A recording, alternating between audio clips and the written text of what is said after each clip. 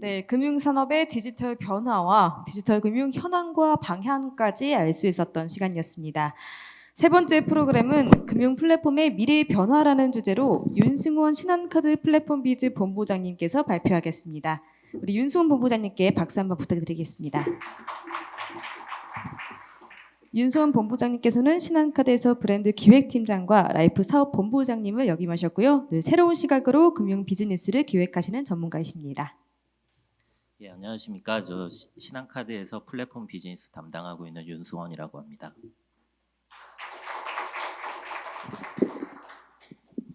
예, 저 오늘 이렇게 좀 귀한 자리에 초대해 주시고 또 이렇게 좋은 생각들을 나눌 수 있는 기회를 주셔서 감사드리고 개인적으로 영광스럽게 생각합니다. 제가 뭐 이렇게 오늘 주제가 제가 맡은 주제가 금융 플랫폼의 미래 변화인데요. 그렇게 어려운 주제를 제가 뭐 이렇게 풀어낼 수 있는 그런 정도의 수준은 되지 않고요. 다만 이제 금융 플랫폼의 변화가 어떻게 이루어지고 있는지, 특히 저희 신한카드의 신한플레이 사례와 함께 그렇게 해서 한번 현재 모습을 좀 보고, 그리고 앞으로 어떻게 변화할지 저희가 생각하는 부분들, 그리고 그거에 맞춰서 어떻게 우리는 변화하고 있는가 하는 저희 회사에 관련된 내용을 좀 중심으로 이렇게 좀 간단히 설명드리는 자리를 이제 좀 시간을 갖도록 하겠습니다. 지금 이 앞서 두 발표에서 해온 트렌드대로 저도 첫 번째를 챗GPT로 얘기를 한번 그래서 좀 망설였는데 저는 좀 뭐 이게 훌륭한 기술이다 아니다 이런 차원보다는 이게 좀 궁금했어요. 그래서 챗GPT는 금융 플랫폼을 뭐라고 얘기하는가? 그래서 금융 플랫폼이 뭐니? 이렇게 물어보니까 챗GPT 말이 금융 플랫폼은 금융 활동을 모두 한 곳에서 관리할 수 있는 디지털 도구 또는 서비스이다. 인공지능 및 기계학습과 같은 고급 기술을 사용하여 사용자에게 개인화된 금융 서비스 및 조건을 제공하는 것이다. 뭐 이렇게 얘기를 하더라고요. 그래서 맞는 얘기구나. 그래서 한 번 더 물어봤어요. 금융 플랫폼의 미래는? 이러고 질문을 해봤더니 거기에서 얘기하는 게 이제 인공지능 및 머신러닝을 통한 효율성의 강화, 그러니까 트렌드를 얘기하면서, 그리고 금융 서비스의 통합 확대, 그리고 재정 건전성, 이거는 이제 고객과 기업 뭐 이런 곳에서 아주 스마트한 소비를 할 수 있도록 그런 건전성을 관리해주는 방향으로 갈 것이다. 그리고 마지막으로 보안 및 정보 보호가 굉장히 중요해질 것이다. 이렇게 얘기를 하더라고요. 그러면서 마지막에 금융 플랫폼의 미래는 굉장히 프로미싱하다. 앞으로 미래가 밝다. 뭐 이런 얘기를 해주더라고요. 그래서 그렇구나. 그럼 신한플레이는 어떠니? 이렇게 물어봤더니 그 내용은 이렇게 설명은 안 드리겠습니다. 근데 제 자신은 굉장히 기분이 좋을 얘기들을 막 해줘서 여러분들도 인데 각자 자기 회사를 챗GPT한테 한번 물어보시면 의미 있는 답이 좀 나올 것 같습니다. 그래서 조금 이렇게 생각을 좀 했어요. 이거 장표 만들고 이러고 우리 직원들 고생 안 시키고 그냥 챗GPT한테 시켜가지고 쭉 한번 뽑아내봤으면 그것도 나름대로 의미가 있지 않을까 이런 생각을 좀 했고요. 제가 얼마 전에 본 유튜브에 보면 챗GPT한테 내가 뭐 금융 플랫폼의 미래 변화에 관련한 강연을 해야 되는데 유튜브를 만들어야 되는데 시나리오를 써줘라고 얘기를 하면 이 친구가 첫 번째 페이지는 뭐를 하고 두 번째 페이지는 뭐를 하고 하는 시나리오를 다 적어줍니다. 그렇게 되면 이제 아까 설명하셨던 미드저니 같은 데 들어가서 내 얼굴을 그냥 보여주기는 싫고 40대에 좀 스마트하고 멋진 이미지를 한번 만들어줘라고 얘기하면 그 이미지를 굉장히 고퀄로 만들어주고, 뭐 네이버 클로바에 들어가서 내가 GPT가 써준 시나리오를 음성으로 만들어줘 하면 다 음성으로 또 이제 오디오로 만들어주고, 그럼 또 무슨 DID라는 프로그램이 있는데 내 이미지랑 그 음성을 같이 넣어놓으면 내 이미지가 굉장히 자연스럽게 그거를 읽는 형식으로 이렇게 만들어줍니다. 그럼 동영상 한 편이 뚝딱 만들어지고 그거를 그냥 올리면 이제 구독자가 늘어나면 또 수익도 얻을 수 있는 이런 시대가 이제 온 것 같습니다. 그래서 그냥 챗GPT한테 할 걸 그랬나 이런 생각을 좀 해봤고요. 그래서 이제 금융 플랫폼이라는 거에 대해서 좀 얘기를 한번 해보겠습니다. 플랫폼이라고 하면 여러 가지 정의가 많은데 여러분들 다 아시겠지만 결국은 다양한 이해의 관계자들이 어떠한 토대에 모여서 서로의 목적에 맞게 행위를 할 수 있도록 기반도 제공해주고 룰도 정해주고 또 거래의 편의성을 이루는 다양한 툴들을 제공해주는 것들이 금융의 플랫폼이라고 생각을 합니다. 그래서 뭐 양면 특징과 동시에 네트워크 효과 이것들이 이제 플랫폼이라고 할 수 있는데요. 저희 신용카드사를 예를 들면 기본적으로 신용카드는 애초 출발 자체가 플랫폼이었습니다. 기본적으로 가맹점과 뭔가를 소비하려고 하는 고객들 사이에 그런 연결의 장 그리고 결제의 어떤 표준을 제공함으로써 고객과 가맹점이 모두가 어떤 원하는 가치를 이룰 수 있는 그런 네트워크를 제공하던 것이 신용카드이기 때문에 기본적으로 신용카드는 플랫폼이다라고 저희는 생각하고 있습니다. 그런데 금융 플랫폼으로 이제 중요해진 이유는 뭐냐? 그거는 결국은 뭐 여러분도 아시겠지만 스마트폰이라든지 디지털라이제이션이 되겠죠. 근데 그 디지털화라는 거는 저희들은 기본적으로 이렇게 정의를 내리고 있습니다. 뭐 이제 비대면으로 하게 되고 이런 부분도 있겠지만 결국은 가장 중요한 부분은 그 어떤 거래에서 일어나는 다양한 데이터들을 체계적으로 모을 수 있다. 그리고 그 데이터들을 잘 분석하고 그것들에 기반으로 한 다양한 서비스 그리고 초개인화된 서비스, 맞춤형 서비스들을 최적의 시간에 적절하게 제공할 수 있는 것 이게 바로 디지털화라고 할 수 있을 것 같고요. 디지털 트랜스포메이션이라는 거는 그런 변화된 환경에 맞춰서 또 다른 사업 모델을 만들어내고 그런 것들이 디지털 트랜스포메이션이 아닐까 그런 생각을 뭐 해봤습니다. 그래서 저희 이제 그러한 저희 회사는 그런 생각을 갖고 있고 그래서 그것과 뭐 매칭이 되는 저희 회사 플랫폼부터 시작해서 간단하게 플랫폼의 현재 모습 좀 설명을 드리도록 하겠습니다. 저희 신한카드의 플랫폼은 기본적으로 신한플레이라는 이름으로 여러분들이 많이 알고 계실 거라고 생각을 합니다. 근데 기본적으로 비대면 이제 채널로서는 뭐 홈페이지 이런 것들이 있었지만 플랫폼이라고 이름 지을 수 있었던 첫 번째 이제 시도가 저희는 앱카드라는 이제 뭐 세계 최초라고 주장을 하는데 저희가 세계 이게 진짜 없었는지 이런 거는 확인은 안 해봤는데요. 세계 최초로 모바일 앱 방식의 간편 결제가 2013년에 출시가 됐습니다. 그래서 온라인 쇼핑을 하실 때 일일이 신용카드 번호를 쳐넣거나 CVC를 넣지 않아도 기본적으로 한 번 등록된 그 앱카드를 통해서 모든 결제가 인증이 한 번으로 간편하게 이루어질 수 있는 그런 서비스였죠. 그래서 앱카드 자체가 이제 발전을 해오면서 어느 정도 회원 수가 모이고 그렇게 되면서 저희는 이제 신한판이라는 그 다양한 제휴사들과의 연결을 통해서 금융 서비스를 넘어서는 어떤 제휴사의 서비스들을 원스톱으로 해결할 수 있는 그런 네트워크에 초점을 맞춰서 판이라는 플랫폼을 이제 런칭을 했었습니다. 그래서 2018, 17년 정도에 이제 1,000만을 넘어서게 되는 그런 성과가 있었고요. 그리고 2021년에 신한플레이를 출시해서 지금 현재 이루고 있습니다. 그래서 저희가 기본적으로 드리는 이 신한플레이의 기본적인 철학은 생활금융의 종합적인 플랫폼이다라고 말씀드릴 수 있겠고요.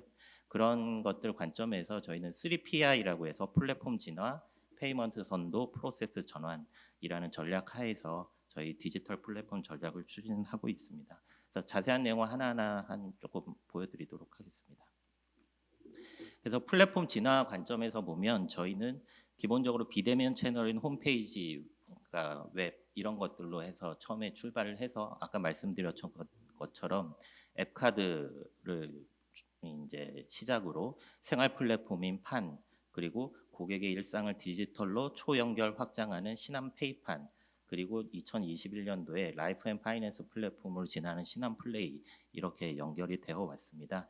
그래서 저희가 이 광고를 보신 분들도 계셨겠지만 작년에 이제 재작년에 런칭을 할 때 저희가 BTS와 함께 하면서 기본적으로 페이 플랫폼이었던 것에서 라이프와 관련된 다양한 서비스를 제공해서 고객님들을 즐겁게 해드리겠다라는 관점에서 신한플레이라는 이름을 지었고요. 여기 잘 보이진 않습니다만 디지털 월렛 섹션이 하나 있고 그리고 자산 섹션이 있습니다. 자산 섹션은 이 아까 국장님도 말씀하셨지만 마이데이터 서비스를 다양하게 연결해서 저희가 고객의 자산 관리 그리고 재무 관리를 도와드리는 형태의 서비스이고요. 그리고 혜택이라는 측면에서 고객님들께 드릴 수 있는 혜택을 종합해서 보여드리는 쪽들, 그리고 이제 디스커버라 그래서 여러 가지 컨텐츠들, 고객님이 좋아하실 만한 뉴스라든지 스포츠라든지, 그리고 다양한 커뮤니티들을 제공하는 그런 생활 금융 플랫폼으로 진화하고 있다. 이렇게 보시면 이게 이제 현재 모습이다라고 보시면 될 것 같습니다. 그리고 두 번째로는 페이먼트 선도라고 할 수 있는 부분입니다. 페이먼트는 굉장히 중요한 일상생활에 없어서는 안 되는 기본적인 물류 같은 거라고 볼 수 있을 건데요.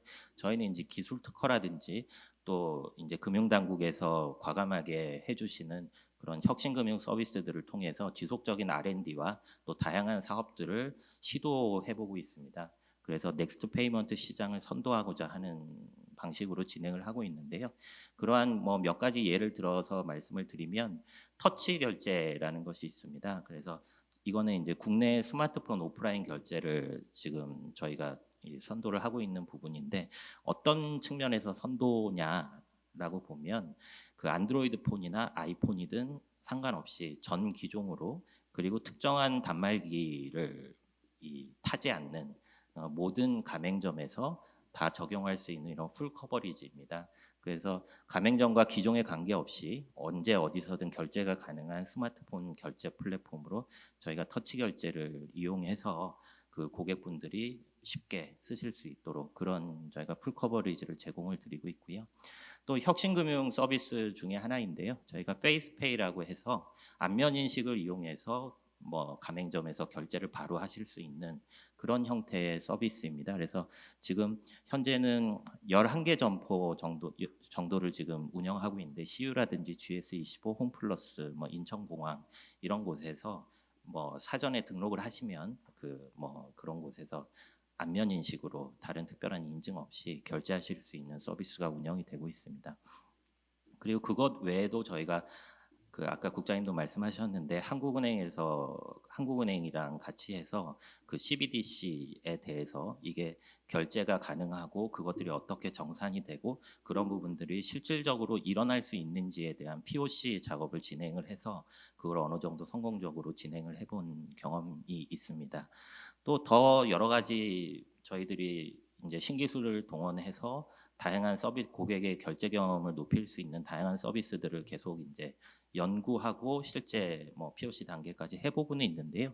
여기에서 결제 수단과 이 인증 기술은 지속적으로 발전을 하고 있습니다. 우리가 생각지도 못했던 다양한 방식들이 있는데요. 다만 여기서 가장 또 하나로 중요한 것은 결제 네트워크가 중요합니다. 그래서 그거를 받아주는 단말기들이 각 가맹점에 설치되어 있고, 그것들이 어느 정도 규모를 갖춰야 결국은 고객들이 그 결제 수단을 선택할 수 있기 때문에, 그러한 부분들은 그 여러 업계라든지 그런 곳들이 다 같이 계속 노력해서 또는 표준화 절차를 거쳐서 이 결제 네트워크들이 많이 깔려야 한다, 그런 전제 조건들이 좀 있습니다. 그래서 이런 부분들을 확대하기 위해서 지속적으로 여러 그 업권을 뛰어넘어서 같이 열심히 노력을 하고 있습니다.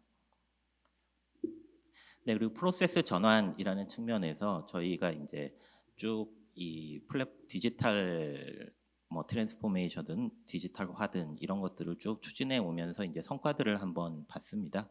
그랬더니 결제 같은 경우는 19년도 대비해서 결제는 저희 총 결제 금액의 한 16% 정도가 이제 온라인을 비롯한 디지털 결제였는데, 22년 작년까지는 해보니 한 27%까지 늘어난 것으로 나타나고 있습니다. 그리고 금융 서비스들을 신청하시는 부분들도 예전에 한 42% 정도였다면 이제 작년에는 66% 선까지 이렇게 올라왔다고 볼 수 있습니다. 그리고 여러분들도 카드 쓰시다 보면 다양한 이제 서비스 요청 사항들이 있습니다. 할부로 전환하고 싶다든지, 한도를 좀 올리고 싶다든지, 명세서라든지 또는 즉시 결제하고 싶다, 이런 건들은 거의 이제 대부분이 디지털 채널을 통해서 일어나고 있다, 이렇게 보시면 될 것 같고요. 그래서 저희가 이것들을 영업이익 기준으로 디지털 채널의 기여도가 어느 정도 되느냐라는 걸 봤을 때 19년 대비해서 22년에는 한 47% 정도는 이제 디지털 채널에서 수익이 나온다, 이렇게 보시면 될 것 같습니다. 네, 그래서 이제까지가 저희 신한카드에서 하고 있는 그 현재 모습, 이라고 볼 수 있고요. 신한카드가 금융 플랫폼 관점에서는 그래도 어느 정도는 조금 빨리빨리 먼저 하는 쪽이라서 이 정도 수준이 금융 플랫폼의 현재 모습이구나 이렇게 보시면 될 것 같고요. 이제 미래 변화에 대해서는 몇 가지 조금 말씀을 드려보겠습니다. 그래서 미래 변화의 큰 특징적인 얘기들을 보게 되면 결국은 비즈니스 도메인과 인프라 채널 상에서 어떻게 변화하고 있느냐 그런 모습입니다. 그래서 결국은 기존 업권별로 특화 상품 중심으로 자신의 상품을 자신의 채널에서 팔게 되는 그런 형태에서 결국은 개방형 종합 플랫폼으로 사업 모델이 확대될 것이다. 이런 데 있어서는 처음에 여신금융업으로 출발하지만 결국은 개방형 결제금융업자를 거쳐서 생활금융 종합 플랫폼으로 비금융 생활 컨텐츠라든지 디지털 화폐나 디지털 자산 또 종합 지급 결제라든지 자산 관리 이런 형태로 사업의 주 영역들이 이제 이동을 해 나가고 있고요.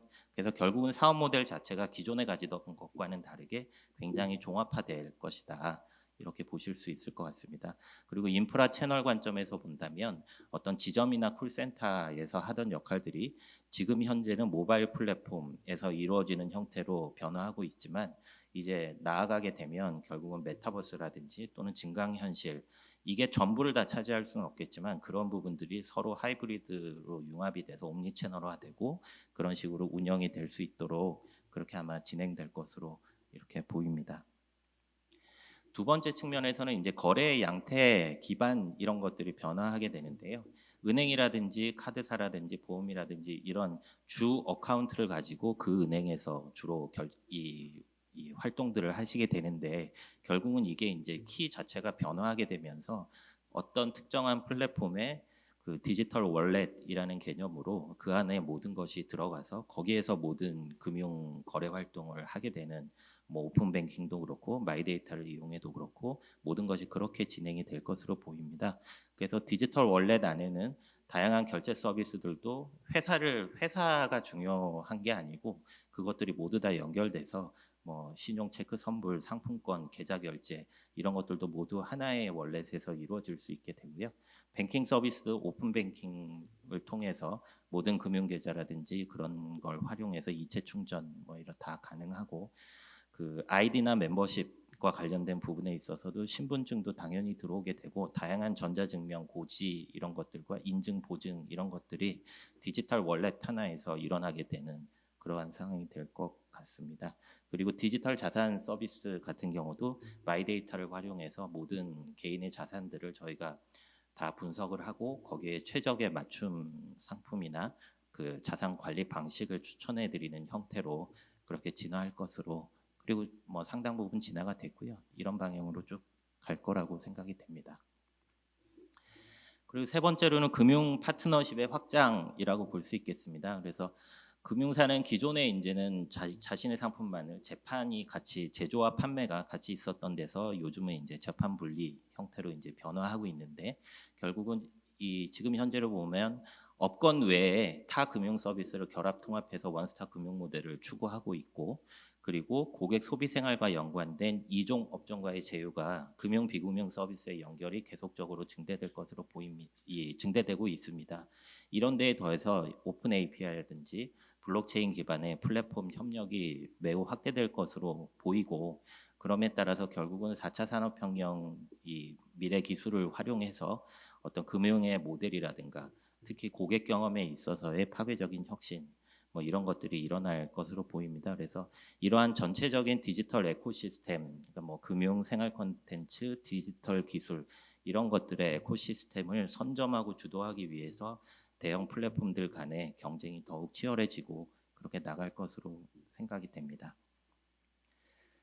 그래서 이거는 그 자료에는 없습니다만 금융 슈퍼앱 사례로 이제 영국의 주요 핀테크 그룹이 이제 레볼루트 사례인데요.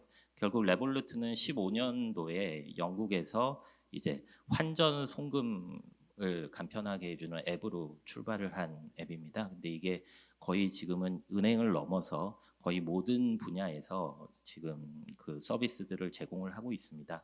근데 레볼루트에서 가장 중요한 부분은 저희가 생각할 때는 그 서비스를 확대할 때 전 영역을 다 건드리는 것이 아니고 각자가 고객의 저희가 항상 가장 중요하게 생각하는 것들이 고객의 언맷 니즈가 무엇이냐.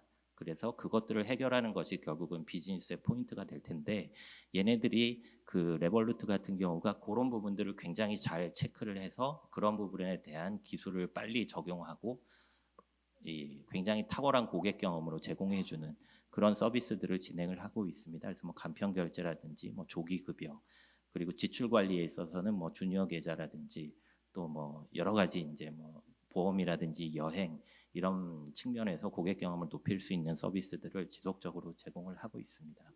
저희도 그것과는 조금 뭐 여러 가지 상황들이 있습니다만 그런 비슷하게 다양한 서비스들을 좀 찾아서 저희 것에 좀그 접목을 하려고 노력을 하고 있습니다. 그래서 좀 간단하게 좀 이렇게 얕은 수준에서 설명을 드렸는데요. 이제 마지막으로 저희가 생각하는 이제 금융 플랫폼의 미래 경쟁이 어떻게 될 것인가라는 부분에서 저희가 항상 생각하고 있는 부분 간단하게 좀 말씀을 드리고 싶습니다. 금융 플랫폼이라는 거에서 보면 결국은 백엔드와 프론트엔드라는 게 있을 수 있을 것 같습니다.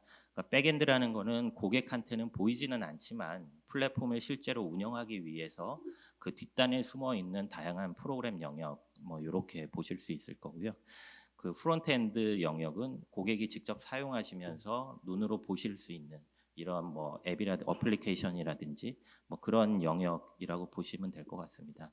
그래서 백엔드에는 어떤 금융 서비스의 운영 정책이라든지 또 어떤 고객의 계정을 관리하는 시스템, 뭐 승인을 관리하는 시스템, 뭐 이런 어떤 코어 시스템들이 또 자리 잡고 있는 거고요. 뭐 다양한 데이터들이 정립되는 부분들이라든지 보안이라든지 기술, 뭐 이런 인프라스트럭처에 관련된 금융과 관련된 인프라스트럭처 전반이라고 볼 수 있습니다. 그 프론트엔드 같은 경우는 결국은 어플리케이션과 그것들이 고객에게 접하는 인터페이스라든지 경험이라든지 이런 UI, UX 관점으로 볼 수 있고요. 그래서 여기에서 가장 중요한 가장 핵심 경쟁력이라 그러면 백엔드에서는 레거시 전통 금융의 어떤 본질, 즉 조달이라든지 또는 리스크 관리, 한도 정책이라든지 그리고 금융 정보 보호의 능력, 신뢰성, 뭐 이런 시스템 아키텍처 이런 부분들이 될 것 같고요. 프론트엔드에서는 극단적으로 표현하면 결국은 이용자 규모 그리고 고객 경험 이게 거의 가장 모두라고 전부라고 보시면 될 것 같습니다. 그리고 거기에 서비스나 컨텐츠의 어떤 창의적인 것들, 트렌드를 따라가는 능력 이런 부분들이 경쟁력이라고 볼 수 있고요. 백엔드는 기본적으로 장기간으로 축적된 노하우가 필요한 부분입니다. 그리고 시장의 복잡성이라든지 여러 규제들로 인해서 쉽게 모방하기는 조금 어려운 그런 레가시 영역들이 분명히 존재하고 있습니다.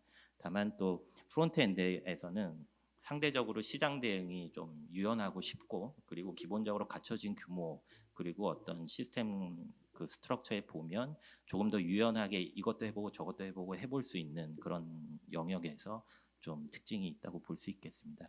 이 말씀을 장황하게 드리는 이유가 결국 금융 플랫폼의 경쟁은 기존 금융 회사와 이제 빅테크 플랫폼 사이의 경쟁이다. 뭐 이길 수 있겠어? 뭐 이런 말씀들을 보통 많이들 하시는데요. 저희 이제 전통 금융사에 있는 플랫폼 관련자들은 결국은 저희의 어떤 백엔드에서의 강력함을 바탕으로 해서 어떻게 하면 빅테크의 프론트엔드 경쟁력들을 따라갈 것인가 거기에 계속 고민을 하면서 여러 가지 역량들을 집중을 하고 있습니다. 반면 프론트엔드의 강자인 빅테크의 경우에는 이런 강점들을 유지하면서 또 백엔드 단에서 일어나는 다양한 일들에 대해서 그들의 이제 좀 역량을 그쪽에 가져갈 수 있는 것들을 계속 찾고 뭐 여러 가지 제휴 관계를 통한다든지 그렇게 해서 서로 경쟁을 이제 본격적으로 하고 있는 상황인데요.